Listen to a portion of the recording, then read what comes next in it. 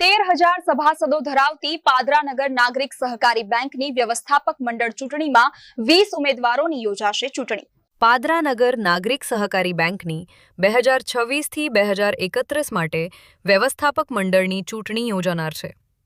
આગામી 12 એપ્રિલના રોજ પાદરાના ઝેન સ્કૂલ ખાતે ચૂંટણી યોજાશે। 13મી તારીખે મતગણતરી, જે માટે ચૂંટણી પ્રક્રિયા હાથ ધરવામાં આવી છે।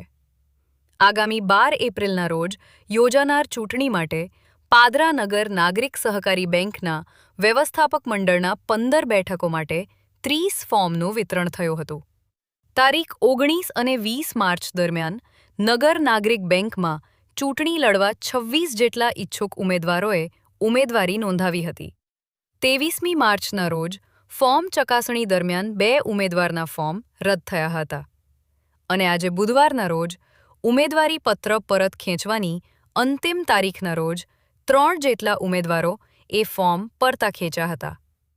હવે SC/ST બેઠક બિનહરીફ થતાં સ્ત્રી અનામત 2 બેઠકો માટે 3 ઉમેદવાર, સામાન્ય 12 બેઠકો માટે 17 જેટલા ઉમેદવારો મેદાનમાં રહ્યા છે, જે માટે 12 એપ્રિલના રોજ મતદાન યોજાશે અને 13મી એપ્રિલના રોજ મતગણતરી।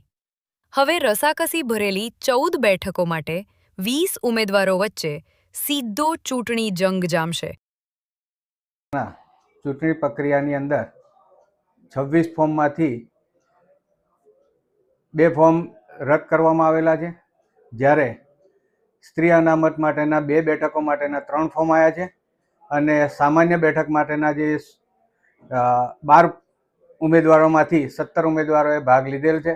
સદર ચૂંટણી 12/4/2026ના રોજ યોજાશે। તેનું મતગણતરીનું રિઝલ્ટ 13/4/2026ના રોજ જાહેર કરવામાં આવશે।